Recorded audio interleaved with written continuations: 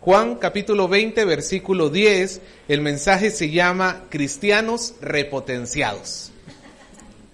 Cristianos repotenciados.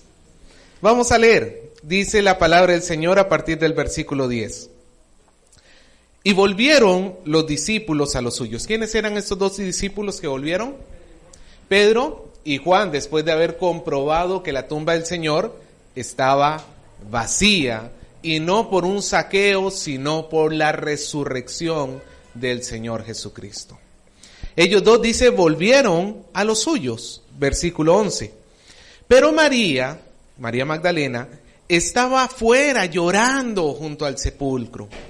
Y mientras lloraba, se inclinó a mirar dentro del sepulcro y vio a dos ángeles con vestiduras blancas que estaban sentados, el uno a la cabecera y el otro a los pies, donde el cuerpo de Jesús había sido puesto. Y le dijeron: mujer, ¿por qué lloras? Les dijo: porque se han llevado a mi Señor y no sé dónde le han puesto. Cuando había dicho esto, se volvió y vio a Jesús, que estaba allí, mas no sabía que era Jesús. Jesús le dijo: mujer, ¿por qué lloras? ¿A quién buscas? Ella, pensando que era el hortelano, le dijo: Señor, si tú le has llevado, dime dónde le has puesto, y yo me lo llevaré. Jesús le dijo: María. Volviéndose ella le dijo: Raboni, que quiere decir maestro. Jesús le dijo: no me toques, porque aún no he subido a mi Padre, mas ve a mis hermanos y diles: subo a mi Padre y a vuestro Padre, a mi Dios y a vuestro Dios. Fue entonces María Magdalena a dar aviso a los discípulos, a los discípulos las nuevas que había visto al Señor y que Él le había dicho estas cosas. Vamos a orar. Amado Señor, a usted la gloria y la honra, como lo hemos estado cantando. Nuestra vida cristiana sería imposible si usted no la sostuviera. Descansamos en su mano, descansamos en su misericordia, descansamos en su pastoreo. Nadie nos puede arrebatar de su mano, puesto que usted es el buen pastor que nos cuida. Pero muchas veces fallamos a nuestra fe. Así que hoy le pedimos que use su palabra para fortalecernos. Le pedimos que hoy su Espíritu nos ayude a entender lo que usted ha escrito, lo que usted ha dado a los hombres, para que así, escuchando su voz, nuestra fe se fortalezca. Gracias por su misericordia, por su fidelidad y su amor. Oramos en el nombre de Jesús. Amén. Hermano, le hago una pregunta que quiero que se responda usted mismo y con toda sinceridad. No me la responda a mí. ¿Cuántos de nosotros sentimos que no estamos llevando un cristianismo a la altura que deberíamos llevarlo? ¿Cuántos de nosotros de repente nos sentimos hasta mal y quizás a más de uno eso como que le impide y dice: no, pero ¿para qué voy a ir a la iglesia si tanto que el Señor ha hecho por mí, tanta misericordia que me ha mostrado, tanta bondad que Él ha tenido hacia mí, y mira cómo yo le pago? ¿Alguno nos está pasando eso, hermano? ¿Y sabe por qué nos sentimos mal? Porque también nos ponemos a pensar, pues, ¿qué va a hacer Dios conmigo? Si yo le estoy fallando al Señor, ¿qué va a hacer Dios conmigo? ¿Qué cree usted que hace Dios con aquello que no le está sirviendo? ¿Qué hacemos nosotros con las cosas que no nos sirven? Es que, hermano, nosotros tenemos una cultura de desecho, ¿no es cierto? Todo lo que no sirva va para la basura. Por ahí la goma de mascar nos la metemos en la boca, qué rico mientras tiene sabor. En cuanto se termina su sabor, ¿a dónde va? Hermano, por el amor de Dios, no la meta abajo las sillas y las mesas. Que el otro día agarré una mesa, la alcé y la goma hasta estaba fresca. Por el amor de Dios, eso no se hace. Para eso hay tachitos en todo lugar. Pero nosotros lo que no nos sirve, ¿qué hacemos? El celular que de repente hace unos cuantos años compramos, que era el último, que era el mejor, que estamos orgullosos de él, ha pasado el tiempo y ya más bien nos quejamos de ese celular, ¿no es cierto? Es bien lento, no me sirve, y nos ponemos a... ¿Y qué queremos hacer con el celular? Y ahí están los planes de renovación de las tiendas, ¿no? Muchas veces, hermanos, nosotros pensamos que Dios nos va a desechar como nosotros tendemos a desechar lo que no nos sirve. Nosotros podemos llegar a pensar que Dios, con un cristiano que no responde, con un cristiano que no reacciona, con un cristiano que está débil en su fe, nosotros podemos llegar a decir, pues no hay otra. Si yo fuera Dios, pues lo desecho. Y hermanos, la pregunta es, ¿desechará Dios a los cristianos que están débiles en su fe? Hoy vamos a aprender qué dice la palabra.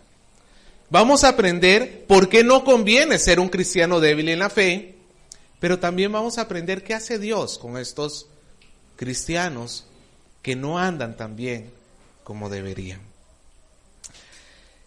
En primer lugar, ¿por qué no conviene ser un cristiano débil? Porque un cristiano débil que no confía en el Señor va a vivir en angustias. Esto ya lo mencionamos en algún momento anterior, pero lo volvemos a ver porque tenemos la figura de María Magdalena. ¿Se acuerda que la semana pasada ya habíamos hablado sobre María Magdalena? Que ella comenzó yendo al sepulcro para hacer la sepultura, terminar los rituales, y cuando llegó, ¿qué pasó? No se encontró el cuerpo del Señor. Ella esperaba encontrarlo ahí. Encontró que la piedra había sido quitada de su sitio y no encontró el cuerpo. ¿Y qué hizo inmediatamente? Se fue corriendo donde Pedro y donde Juan, pero no porque creyera en la resurrección, sino porque pensó que el cuerpo de Jesús lo habían robado. Pedro y Juan salen corriendo hacia el sepulcro, ellos se dan cuenta de la resurrección, pero al parecer María nunca se enteró de aquellas cosas. Habíamos dicho la semana pasada, no sabemos si María estaba consciente sobre las promesas de Jesús sobre la resurrección. María era uno de los discípulos del Señor, pero puede ser que ella lo haya o olvidado sería la expresión, o pues lo ignoraba completamente. Y María quedó la semana pasada como ejemplo de lo que nosotros no debemos hacer. Pues ahora vamos a ver qué hace el Señor. El Señor va a proceder a restaurar a María. El versículo 10 y 11 son contrastantes. Porque mientras Pedro y Juan se van con alegría a su casa, María, ¿dónde queda? Queda en el sepulcro llorando. Y este lloro no significa un sollozo como que aquel que está... No, habla de un lloro pero a gritos. Un lloro vivo, un lloro que se demuestra ampliamente. Ese tipo de lloro tenía María Magdalena. Y es curioso, hermano, porque mientras Pedro y Juan salen del sepulcro con la fe fortalecida, María continúa con una fe débil. Lo que nos muestra una cosa, hermanos. Nadie puede tener fe por otros. El hecho que alguien tenga mucha fe no significa que de alguna manera eso le va a afectar al que está al costado. ¿En qué sentido? Tu mamá puede ser una mujer muy cristiana, que si tú no tomas la decisión de creer en Jesús, nada sirve la fe de tu mamá. ¿Me dejo entender? Nadie puede tener fe por otros. Pedro y Juan iban bien fortalecidos y María llorando. María llorando. Pero dentro de todo, vemos que María estaba en el sepulcro.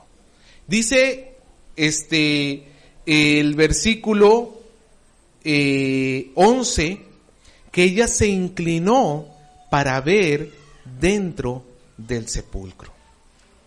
¿Sabe qué, hermano? No es lo mismo un creyente débil en la fe que un incrédulo.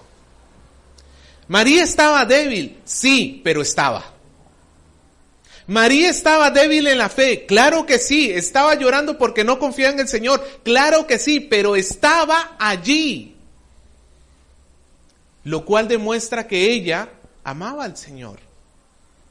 Hermano, por eso es importantísimo que nosotros, aún en los momentos de debilidad, aún en los momentos cuando estamos con una fe frágil, aún en los momentos cuando sabemos que no estamos cumpliendo con lo que el Señor nos demanda, no se nos olvide que tenemos que mantenernos cerca del Señor. Los incrédulos, cuando comienzan a tener aflicciones, cuando un incrédulo viene a la iglesia y de alguna manera, pues ahí comienza como a dar pequeños pasos hacia una fe salvadora, pero cuando comienzan a haber aflicciones, ¿qué hace? Se va. Es lo que Jesús narró en la parábola del sembrador, ¿se acuerda? De la semilla que brotó, pero luego vinieron los espinos, vinieron todas aquellas plantas malas y la ahogaron. Hermano, nosotros debemos saber que aún en los momentos de debilidad no hay mejor lugar para estar que cerca de nuestro Señor. No hay mejor lugar. María lloraba, pero su lloro también demostraba, aparte que demostraba su incredulidad en la resurrección, pero también mostraba su amor a Cristo. María no era incrédula. María no era una no cristiana, pero sí era una cristiana que estaba pasando por un tiempo de mucha debilidad. Ella no entendía el propósito de Dios. Incluso, vea cómo se comporta un creyente débil en la fe. Ella dice que se agachó y miró, porque la entrada del sepulcro era bajita, ella se agachó y miró dentro del sepulcro. ¿Y a quiénes vio adentro? A dos ángeles. Gerson decía al inicio del culto, increíble ver dos ángeles y ni siquiera asustarte. Bueno, en el Antiguo Testamento al parecer se nos muestra muchas veces que los ángeles tomaban forma de hombre, y eso explicaría de repente por qué María no los pudo reconocer. Aunque ciertamente llevaban vestiduras blancas y bueno, por lo menos el asombro. Estos hombres, pues, ¿quiénes son?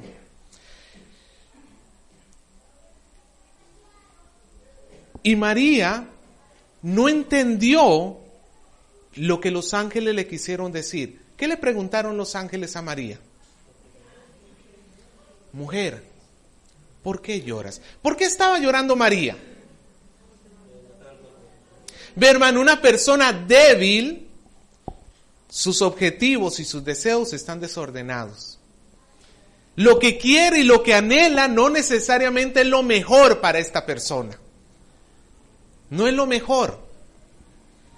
María, ¿qué quería ver? ¿Qué añoraba ver? El cuerpo de Jesús.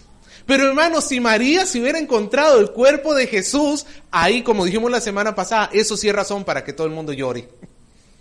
Eso sí es razón para que todos los creyentes en Cristo se pongan a llorar a viva voz. Porque si el cuerpo de Jesús amanecía allí, significaba que ese hombre había sido un mentiroso. Significaba que ese hombre no había sido verdaderamente el Hijo de Dios, que su sacrificio hubiera sido como si cualquiera de nosotros hubiera muerto porque se quedó en la tumba. No pudo vencer a la muerte y por tanto no nos pudo abrir el camino a nosotros. Como diría Pablo, vana sería nuestra fe si Cristo no resucitó de los muertos. Pero María estaba queriendo ver el cuerpo de Jesús muerto. Sus deseos, sus pensamientos no tenían orden. Una persona débil en la fe, hermano, no siempre va a saber pedir lo que es mejor. En nuestra inmadurez nosotros pedimos cosas, deseamos cosas. María lo pedía con fe, estoy seguro, hermano. Ella lloraba y anhelaba porque el cuerpo del Señor Jesús estuviera allí, pero no era lo mejor. Muchas de nuestras peticiones tenemos que entender, muchas de nuestras peticiones puede que no sean lo mejor para nosotros.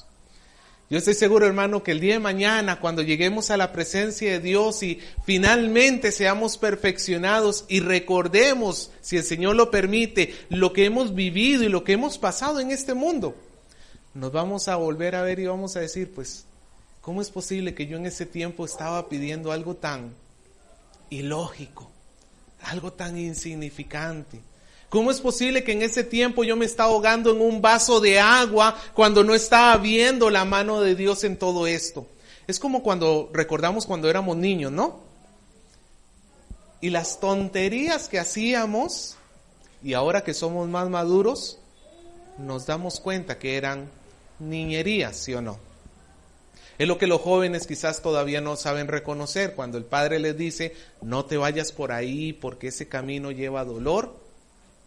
Y el joven dice, mi papá no sabe. Y se mete por el camino y ¿qué encuentra? Dolor. Los deseos y los objetivos de María, por su debilidad en la fe, no eran ordenados. Y menos mal, hermano, que Dios no contesta todas las peticiones de los creyentes.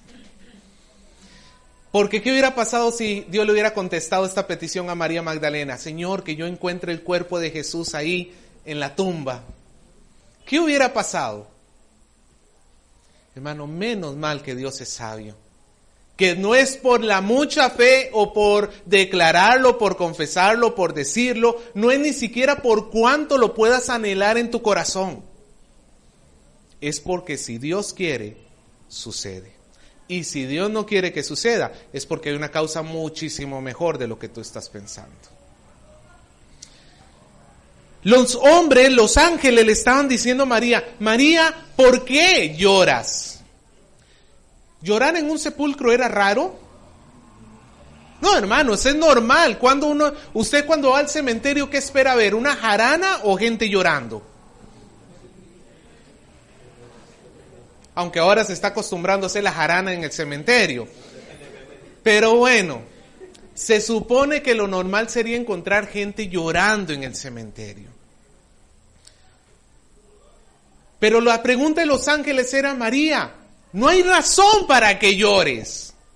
María, no hay razón, date cuenta. No hay razón para tu llanto, no hay una justificación válida, porque tú estás queriendo ver otra cosa, pero el propósito de Dios es mucho más grande de lo que tú quieres entender. Pero la débil fe de María le impedía entender estas palabras. Ella se vuelve, ¿y a quién se encuentra? Y hermano, para más misericordia de Dios, ya no solamente le mandó 2 ángeles. María, la madre de Jesús, fue convencida con el mensaje de un solo ángel. Esta María no la convencieron 2 ángeles. Es más, ni siquiera viendo a Jesús, al principio lo reconoció. Ve, hermano, hasta dónde nos puede llevar una fe débil. Es ver a Jesús cara a cara y no entender lo que está sucediendo. Dios obra en nuestra vida, hermano, aunque usted no lo entienda, aunque usted piense que Dios está en silencio, Dios está obrando, solamente que nuestros ojos no lo pueden reconocer, porque estamos centrados tanto en nuestro dolor, que no somos capaces de preguntarnos y decir, Señor, ¿y dónde estás? ¿Qué estás haciendo ahorita que quiero entenderlo? Porque estamos tan centrados en nosotros mismos. Jesús, a pesar de que se aparece delante de María, María no lo reconoce. Ahora, ¿por qué? Bueno, uno, porque María no esperaba la resurrección de Jesús, está claro. María fue al huerto, al sepulcro, a terminar el ritual funerario. Ella no esperaba ver caminando a Jesús. En segundo lugar, pues parece ser que algo del cuerpo resucitado de Jesús lo hacía verse diferente a como era antes de su resurrección. Porque ni María, ni más adelante los discípulos lo van a reconocer. No sabemos, sería especular decir si es que le cambió la cara o qué le pasó, pero al parecer algo había que era diferente. Y en tercer lugar, María lo confunde con un hortelano. ¿Quién es el hortelano? El hortelano es el que cuida el huerto, el guardián, porque en ese huerto estaba el sepulcro. ¿Quién más un domingo en la mañana se va a encontrar en el huerto? El guardián. María no lo reconoce. Y vea, ¿cuáles son las preguntas de Jesús para María? ¿Qué le preguntó? María, ¿por qué lloras? Misma pregunta que los ángeles. No hay razón, María, para que llores. Pero vea lo que le dice. María, ¿a quién? La pregunta normal hubiera sido, si hubiera estado hablando del cuerpo, ¿a qué buscas? ¿O qué buscas? La respuesta es el cuerpo de Jesús. Pero Jesús le pregunta, ¿a quién? Preguntándole por una persona, como para ir enrumbando los pensamientos de esta mujer. María, el problema no es que tú estás buscando, o sea, el problema está que tú estás buscando un cuerpo. Lo que tienes que comenzar a buscar es a la persona, a Jesús. ¿Cómo se va a fortalecer la vida del hombre? Cuando se acerca a Jesús. Nosotros, hermano, muchas veces le preguntamos al Señor, Señor, ¿cómo puedo resolver el problema?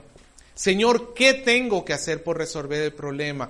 Y no digo que estas preguntas no sean válidas, son válidas y son buenas hacerlas, pero no se nos debe olvidar que principalmente para fortalecer la fe del hombre, no es en el qué, sino en el quién, a quién ir. La fe del hombre no se resuelve no se fortalece cuando se resuelve la adversidad. La fe del hombre se resuelve cuando se encuentra con Jesús. Es peligroso que nosotros querramos mantener una fe débil, porque la fe débil para el creyente significan problemas, significan angustias. Va a ser problema para mí mismo, porque por dentro voy a estar lleno de grandes dificultades, no voy a poder vivir en paz en mi corazón, porque estoy ignorando la palabra de Jesús. Y también voy a tener problemas en cuanto a lo que yo deseo, porque aunque con sinceridad le puedo pedir cosas al Señor, aunque con sinceridad puedo anhelar algo que parece piadoso, pero en última instancia puede ser algo que no me conviene.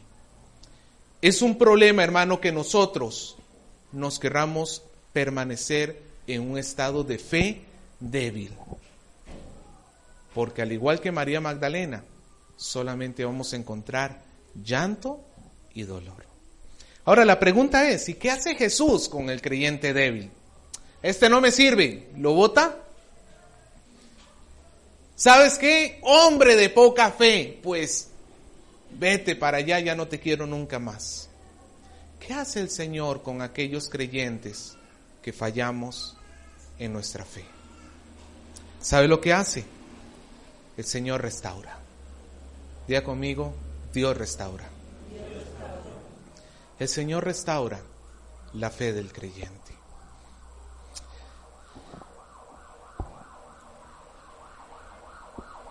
A mí me llama la atención que Jesús fue quien se le acercó a María Magdalena. Si Jesús no se le hubiera acercado a esta mujer no hubiera encontrado qué hacer. Se hubiera encontrado como en un laberinto, perdida completamente. Pero el Señor va a su auxilio. y Él se le acerca. El Señor no le da la espalda a un creyente en debilidad. El Señor no le da la espalda, sino que se le acerca. Y luego, a pesar de que María no lo reconoció inicialmente, luego en el versículo 16, ¿qué le dijo Jesús a María?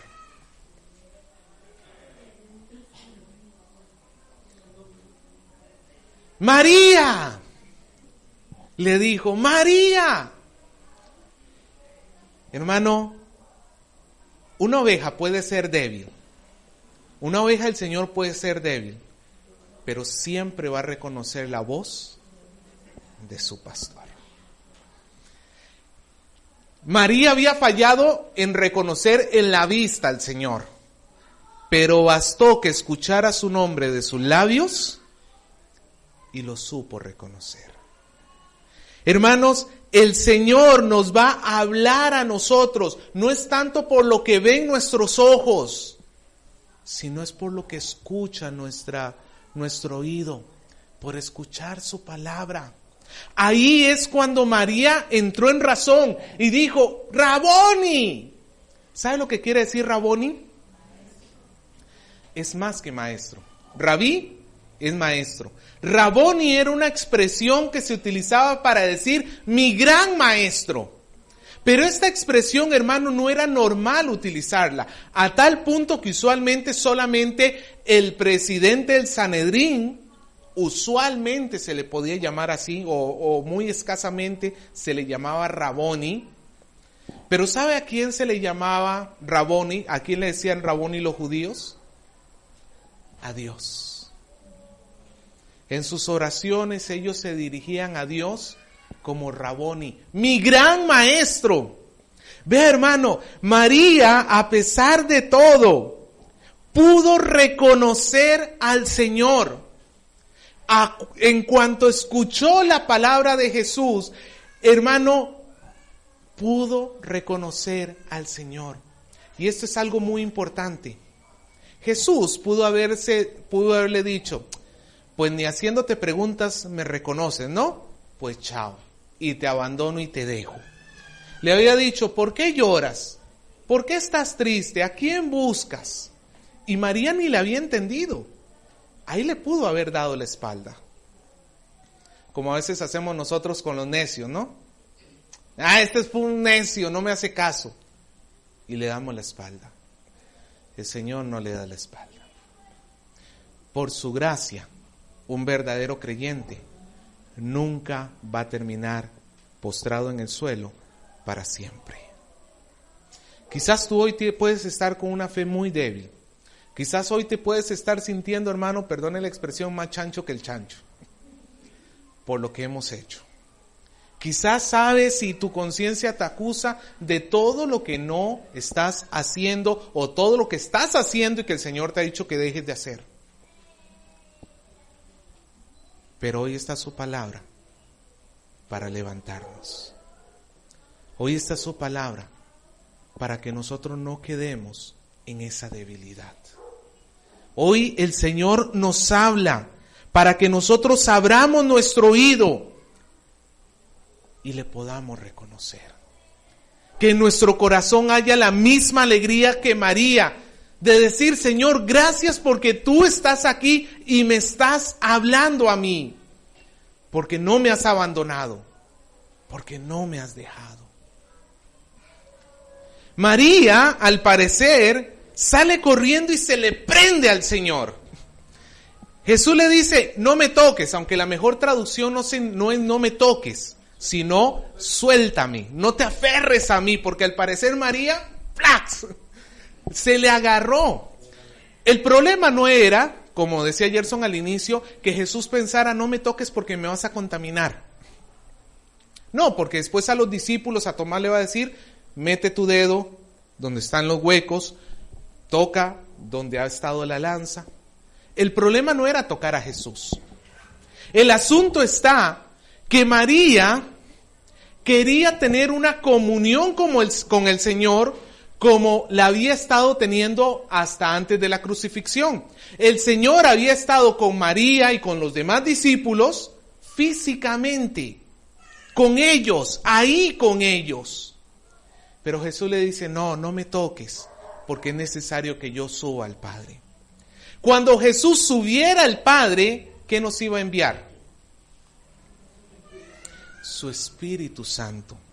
La comunión del creyente con Dios, con Jesús, ya no va a ser como el tiempo de los discípulos teniendo a Jesús ahí al frente tuyo. Ya no va a ser así, sino que ahora es necesario que Jesús subiese a los cielos para que nos enviase a su Espíritu Santo, para que nosotros a través del Espíritu Santo tengamos comunión con Jesús. Jesús estaba cambiándole la forma a María de cómo ella tenía que llevar la comunión. María quería tener una comunión con Jesús en sus términos, a su manera, como ella pensaba que tenía que ser mejor. Como usted comprenderá, a veces nosotros somos dados a querer llevar un cristianismo a nuestra manera. Señor, ¿qué te parece si trabajamos así tú y yo de esta manera? Entre tanto que tenga tiempo, voy a la iglesia. Entre tanto que no haya partido de fútbol, voy a la iglesia. Entre tanto que no tenga muchos quehaceres, oraré y estudiaré. Entre tanto que... Hermano, el cristianismo no funciona de esa manera. Y Jesús le estaba enseñando eso a María. María, la comunión conmigo ya no va a ser como tú crees que tienen que ser. Ya no es ahí agarrado conmigo físicamente. Ahora vas a tener que aprender a depender del Espíritu Santo. El Espíritu Santo ha sido dado para enseñarnos y llevarnos hacia Jesús. Pero es algo que muchos de nosotros estamos desperdiciando. Y la evidencia de que tenemos una fe débil, la causa, mejor dicho, de nuestra débil fe, la causa de que siempre estemos fallando, la causa de que no podamos estar mejorando nuestra vida cristiana, justamente se debe a tratar de llevar un cristianismo a mi manera y olvidarme que tengo que depender del Espíritu Santo. Entre tanto, nosotros no aprendamos a depender del Espíritu Santo, no aprendamos a tener una comunión a través del Espíritu Santo con Jesús, en oración, en lectura de la palabra, en congregación genuina de corazón, nuestra fe va a permanecer débil. Hermano, en guerra avisada, no mata gente, dice el dicho popular. Si el Señor hoy nos está diciendo que para fortalecer nuestra fe tiene que ser a través del Espíritu Santo, que ya no es un cristianismo como tú quieres, como se te acomode mejor, sino haciendo verdaderos sacrificios para Dios. Hermano, nunca vamos a poder vivir genuinamente en fe. Pero lo más interesante aún, ¿sabe qué es? Siga leyendo el versículo 17. Jesús le dice, no me toques porque aún no he subido a mi Padre. Y vea lo que le dice a María. Mas ve a mis hermanos y diles, subo a mi Padre y a vuestro Padre, a mi Dios y a vuestro Dios. Bueno, interesante porque Jesús ya no los llamó discípulos. ¿Cómo los llamó? Hermanos. Pero más interesante aún, que a esta, que estaba débil en la fe, que estaba sollozando, que quería vivir un cristianismo como quería, el Señor la restaura de tal punto a que ahora, en lugar de ser un instrumento de duda y de temor, ahora la manda para que fortalezca la fe de otros creyentes. Ve, hermano, María Magdalena no fue desechada a pesar de su poca fe. Ninguno de los discípulos fue desechado a pesar de su poca fe. El único que pudiéramos decir fue Judas, y él en realidad nunca tuvo una fe verdadera. Pero los que sí tuvieron fe verdadera, a pesar de todos sus errores, el Señor nunca los desechó. Pero no solamente fue que los restauró y los dejó ahí bonitos puestos, sino que ahora los encarga en una misión. Hermanos, nosotros tenemos en este proceso de tener una fe fuerte, una fe valiente, una fe verdadera, nosotros tenemos que recordar que tenemos un llamado de alentarnos los unos a los otros, de exhortarnos los unos a los otros. De que cuando vea yo a una persona con una fe que está flaqueando, ¿qué tengo que hacer? Este no sirve para cristiano, fuera de la iglesia. ¿Le tengo que decir eso? No, tengo que recordar que yo también tuve una fe débil. ¿Y qué hizo el Señor conmigo? Me restauró. ¿Qué tengo que hacer con Él? Ayudar en su restauración. María, anda, cuéntales. Imagínense los discípulos todos angustiados, todos dolidos, y de repente llega María Magdalena contándoles: he visto al Señor. He visto con mis propios ojos y me ha dicho que va a subir al Padre. Hermano, María Magdalena ahora iba a servir para que fortalezca, para que anime, para que ayude. Esto es lo maravilloso del Señor. ¿Somos instrumentos inútiles por nuestra propia cuenta? Sí. Pero en las manos de este Dios somos muy, muy útiles. Quizás tú estabas descartando tu vida y decías: pues yo al Señor, así nunca. Sí, de verdad, así nunca. Pero si permites que el Señor te restaure, si permites que el Señor te levante, el Señor te puede hacer un instrumento para su reino. Un instrumento para que tú seas de bendición para otros creyentes.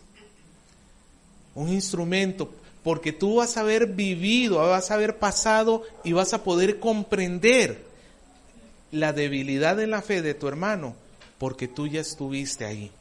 Y como Dios tuvo misericordia contigo, ahora tú dices: tendré misericordia de él, lo ayudaré. Hermanos, qué bendición. El Señor no desecha a nadie. No desecha a nadie. Por más débil que sea el creyente, el Señor lo quiere repotenciar. El Señor lo quiere poner, hermanos, puesto ahí al frente para que pueda servir de bendición. Va a fortalecer su fe a través de la palabra. Y lo va a levantar para que pueda ser de ayuda para otras personas. Quiero terminar con esto, hermanos. Hay algunos artículos, no sé si usted se ha dado cuenta que a veces uno entra a una página y se encuentra que un celular, por ejemplo, que en otro lado se está costando, no sé, 2,000 soles, en esta página está costando 1,000 soles. ¿Ha visto? Y no es porque sea China, una copia, un clon, es el mismo celular, nuevo, pero está muy rebajado.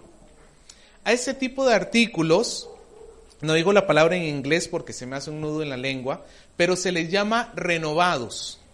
Artículos que alguien compró y no le sirvió o no le satisfizo o lo que sea, lo devolvió, malogrado, lo que sea, la empresa lo arregló y lo volvió a sacar a la venta.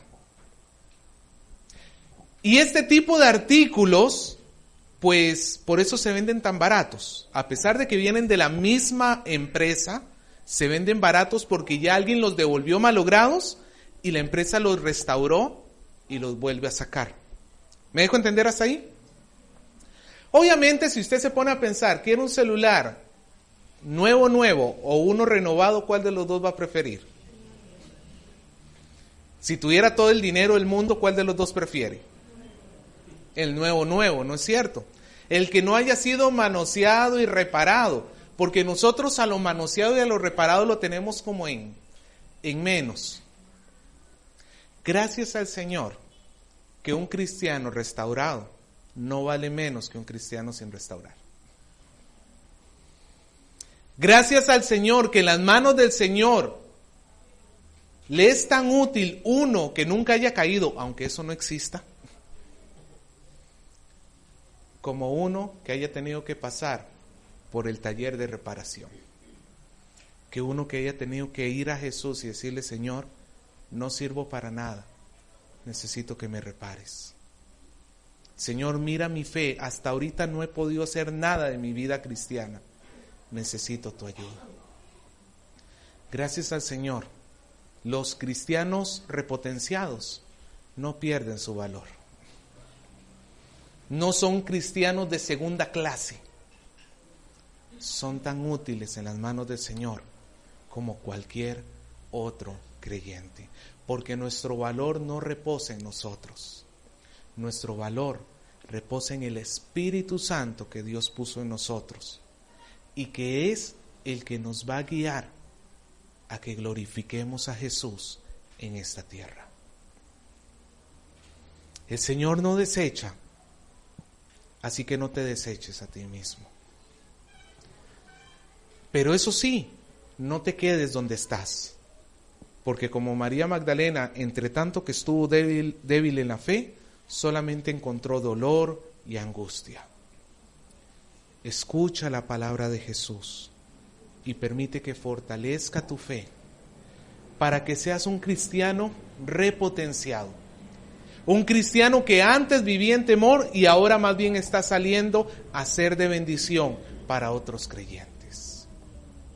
Permitámosle al Señor que Él obre en nuestro corazón. Amén.